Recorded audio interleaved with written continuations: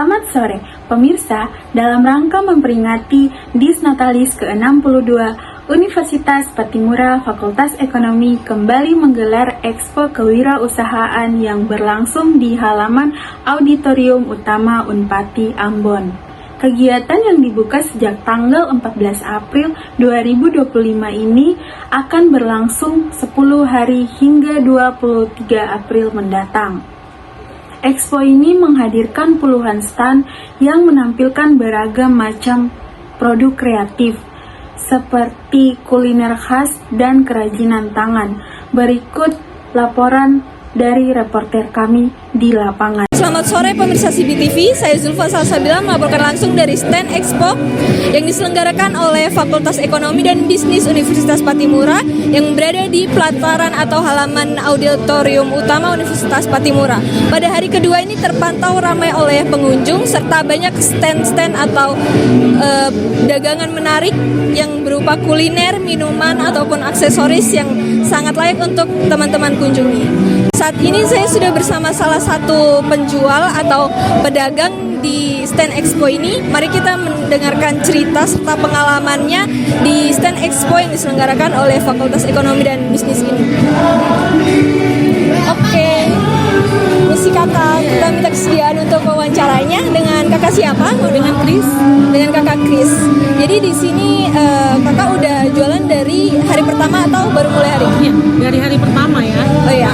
Jadi dari tanggal 14, ini acaranya dari tanggal 14 sampai tanggal, rencananya sampai tanggal 26 di akhirnya. 20. Cuman ada break di tanggal 14 sampai tanggal 17. Nanti break selama 3-4 hari, setelah itu lanjut lagi. Oh iya. Mungkin apa dampak yang atau manfaat yang dirasain sama kakak terhadap bisnis ini di acara atau event ini? Jadi dampaknya itu buat usaha saya ya. Usaha saya tuh bisa dikenal sama anak-anak kampus. Walaupun memang udah terkenal, tapi masih banyak anak-anak kampus yang belum tahu kalau ada usaha saya ini. Jadi dampaknya usaha saya itu bisa terkenal lah di kalangan anak-anak Remaja gitu ya. Terus acara ini dimulainya dari jam berapa sampai jam berapa kalau boleh tahu? Dari jam 9 pagi sampai jam 5 sore. Tapi kalau memang dagangan kita belum habis, mungkin bisa lagi ditambah waktu. Oh gitu ya. Terus kalau misalnya event kayak gini ada lagi, kira-kira kakak mau join lagi nggak? Pengen sih, tapi mungkin ada baiknya kalau acaranya ditambah kali ya. Misalnya ada live music atau sebagainya kayak gitu. Seperti itu Kak. Oke, terima kasih kakak untuk kesediaannya Kak Chris. Oke teman-teman, kita udah dengerin cerita serta pengalaman dari Kak Chris. Buat teman-teman yang belum join ke acara atau event ini, ayo segera datang dan rasakan experience tersendiri. Kita beralih ke berita selanjutnya. Berita kali ini datang dari Jembatan Merah Putih. Jembatan Merah Putih yang merupakan salah satu ikon kota Ambon kembali mencuri perhatian. Keindahan arsitektur dan lanskap di sekitarnya ramai diabadikan oleh para fotografer yang tergabung dalam komunitas pengguna aplikasi Fotoyu. Fotoyu merupakan sebuah platform digital yang digunakan para fotografer untuk memasarkan hasil karya mereka secara online. Para pengguna aplikasi ini mulai menjadikan Jembatan Merah Putih sebagai objek utama untuk konten visual yang tidak hanya bernilai artistik tetapi juga ekonomis. Kegiatan ini turut menghidupkan suasana wisata di kawasan tersebut sekaligus menjadi peluang baru untuk mempromosikan potensi kota Ambon di media digital. Berikut laporan selengkapnya dari tim kami di lapangan. Jadi di sini saya sudah bersama salah satu fotografer di JMP yaitu Abang Randi. Mari kita langsung ke pertanyaan. Jadi Abang sejak fotografi ini hobi Abang atau pekerjaan Abang? Ini sekedar hobi saja. Sekedar hobi. Kalau pekerjaan boleh tahu apa? Saya bekerja polisi. Oh, oke. Apa inisiatif Abang untuk foto para pelari di JMP ini? Ini sebetulnya begini, foto ini kan kita jual di aplikasi marketplace namanya Fotoyu. Kan kita cuma jual aja, kalau orang pengen ambil. Kayak ini cuma untuk apa ya? biasanya yang pajak di media sosial. Kayak sekarang kan kita memanfaatkan media sosial seperti Facebook, Instagram, WhatsApp. Di status orang punya status kegiatan olahraga kan nggak mungkin kayak orang lari kayak kok fotonya bagus sekali, diambil dari mana? Nggak mungkin bilang kata dia bawa fotografi dari rumah. Nah, dia ambil dari situ, dia beli di situ, di aplikasi itu. Ya, tujuannya kita coba di samping kita membantu orang juga. Dari sini kita jual fotonya. Oke, selamat sore Sobat CBTV. Jadi di sini aku udah bersama dua pelari yang lagi ada di JMP. Mari kita minta tanggapan mereka tentang foto you atau fotografer yang ada di JMP ini. Oke, pertama ada Kak siapa? Aulia Kak. Kak Aulia, gimana tanggapannya tentang foto you atau fotografer yang ada di JMP nih Kak? Sebenarnya buat lucu-lucuan aja sih, soalnya kayak bikin orang-orang termotivasi berlari juga gitu kan.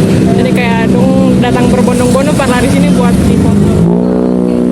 Kemudian yang selanjutnya Kak siapa? Stefani. Oke, menurut Kak Stefani, kenapa lebih milih untuk lari di JMP daripada di tempat lain gitu Kak? Pertama tuh karena di sini tuh kalau sore-sorenya tuh view-nya bagus. Terus kalau kedua tuh di sini kan targetnya pergi tuh 1 kilo balik 1 kilo ya, jadi 2 kilo. Jadi kalau bisa lari dari sana sampai balik tuh 2 kilo berarti udah cukup target 2 kilo begitu Kakak. Oke, terima kasih ya kakak berdua. Oke, itu tadi tanggapan dari para pelari di JMP ini. Untuk teman-teman yang mau lari ataupun mau foto-foto di JMP, segera datang ke sini. Pemirsa, kondisi akses jalan menuju Rumah Sakit Umum Pusat Johannes Laimina di Ambon menjadi keluhan sejumlah pengguna jalan. Kerusakan pada ruas jalan utama di kawasan tersebut dinilai mengganggu kenyamanan dan membahayakan keselamatan, terutama bagi pengendara roda 2. Jalan yang berlubang dan tidak rata kerap menyebabkan kemacetan serta memperlambat proses evakuasi pasien darurat menuju rumah sakit. Warga dan pengguna jalan berharap adanya penanganan cepat dan serius dari pihak pemerintah, mengingat pentingnya fungsi rumah sakit sebagai pusat layanan kesehatan rujukan di kawasan timur Indonesia. Berikut ini laporan selengkapnya dari tim kami di lapangan. Selamat sore pemirsa CBTV, saya Lela Hukumahu melaporkan langsung dari Jalan Johannes Laimina Ambon. Jalan ini merupakan akses utama yang dilalui oleh pengendara. Sayangnya dengan kondisi jalan yang rusak cukup mengganggu keselamatan dan kenyamanan para pengendara. Tak hanya itu, jalan ini juga mengarah ke salah satu lokasi wisata, yaitu Pantai Laimina. Namun kepentingan menuju rumah sakit menjadi perhatian utama. Seperti yang pemirsa CBTV lihat, kondisi jalan sangat tidak kondusif untuk dilalui masyarakat karena bisa mengganggu keamanan dan kenyamanan.